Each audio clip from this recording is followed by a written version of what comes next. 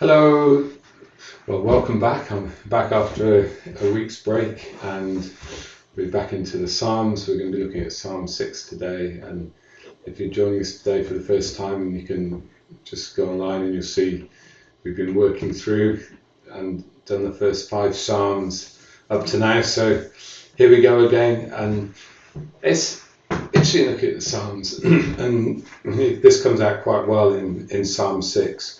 The title in the NIV version I got here is "O Lord, deliver my life." And I don't know about you, but if you've ever thought when you're praying or you even get concerned that, am I praying the right thing? Am I praying in the right way?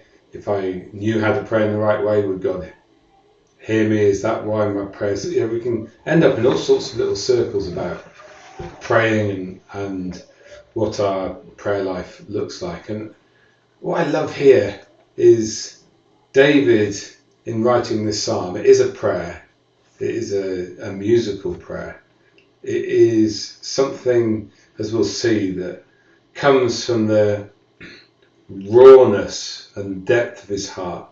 And he really journeys through his prayer. And I think that's a really valid way of praying. So if you're going through something, to be able to express how you feel no matter what it is, to be able to process what you feel, even if in that journey some of what you process, some of maybe what you say, you can think, should I say that to God? It's what you're doing is you're taking yourself on a journey, but you have a destination, and we see that in this psalm here.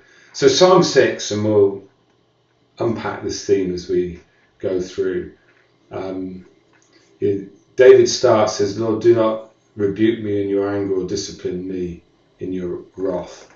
And so his starting point, he's in the middle of stuff that he's wondering, is this coming from a reaction of God in some way, for discipline or from wrath? He says, "Have mercy on me, for I am faint. Heal me, Lord, for my bones are in agony. My soul is in deep distress. How long, Lord, how long?"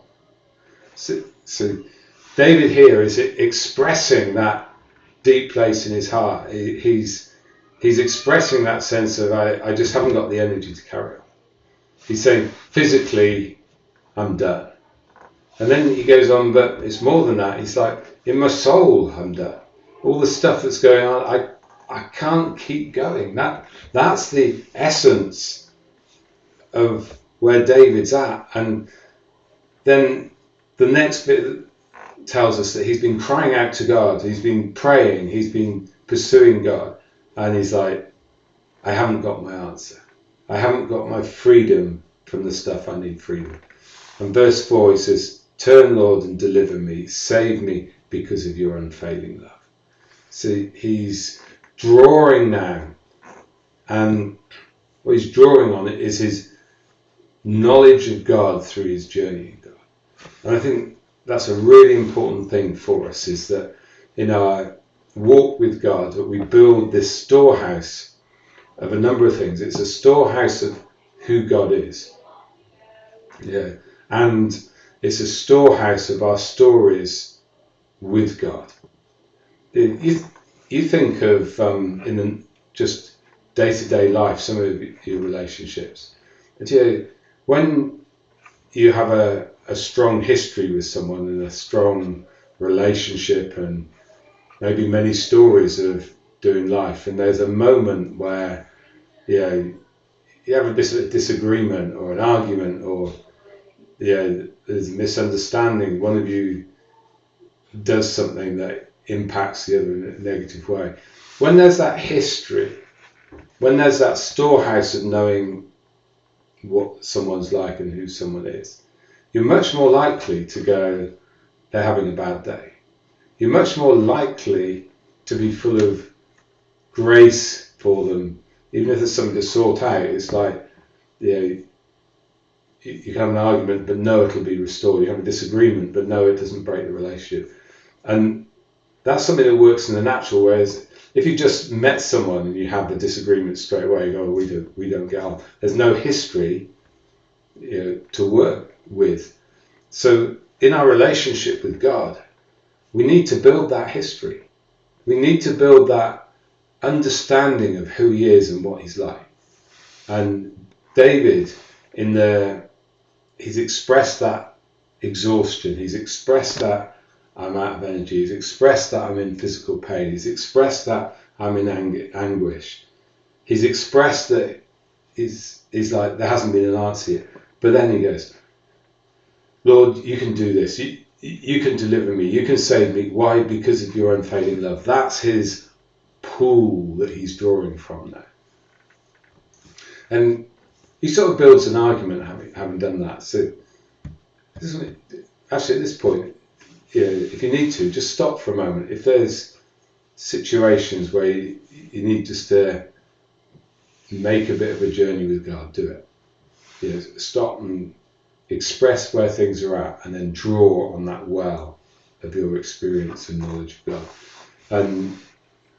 And David here, he goes on and he's like, I'm going to build it. It's like he's building his case. Among the dead, no one can proclaim your name. Who praises you from the grave? He's like, hey, yeah.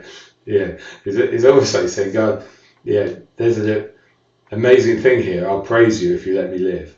Yeah, he's like, I can't do it if I'm dead, so can I live? He goes, I'm worn out from groaning. All night long, I flood my bed with weeping and drench my couch with tears. My eyes grow weak with sorrow. They fail because my foes. He's back looking at his situation. He's looking at where he is. And then he comes with this declaration, away from me all who are evil, for the Lord has heard my weeping. There's a confidence. He's like, this has to come to an end. Things have to change. Why? Because the Lord's heard my heart. And he goes, the Lord has heard my cry for mercy. The Lord has accepted my prayer. He knows in his heart that the God that he worships, the God who's full of unfailing love, the God who's full of mercy, the God who's full of grace, has heard his cry for mercy and accepted his prayer. He knows what he prays. All my enemies will be overwhelmed by shame and anguish, and they will turn back and be put to shame. He knows, and he has a confidence in God that God will see him through. And I think that's something in our life, in our walk with God, that we can, again, it's something that we develop over time, is a knowing. Sometimes in situations I say to people, where we're at now, the one thing we can hold on to in God is there is another side. And sometimes we need to grasp that there is another side. There is a way through in difficult circumstances. And David here, he's got his enemies against him. He's squeezed in. He's physically in pain. He's in anguish. And all those things. What's he do? He writes. He puts something to music. He puts something to song. He makes a declaration of who God is. The Passion Translation says this is a cry from healing for the pure and shining one. A song for the end, sung for the new day. It's a song of closure, yet a song that represents a new day. Verse 9 says, Yahweh, my healer, has heard all my pleading and taken hold of my prayers and answered them all. Now it's my enemies who've been shamed, terror-stricken, they will turn back again, knowing the bitterness of their distress. See, he turns it. So as we finish, if you've got stuff going on, have a serious, open, honest conversation with God. Express your heart, but then find that pool of your history with him and draw that out, so that what strengthens you is his word and who he is. Bless you. Have a lovely day. And look forward to being with you on Thursday. Bye for now.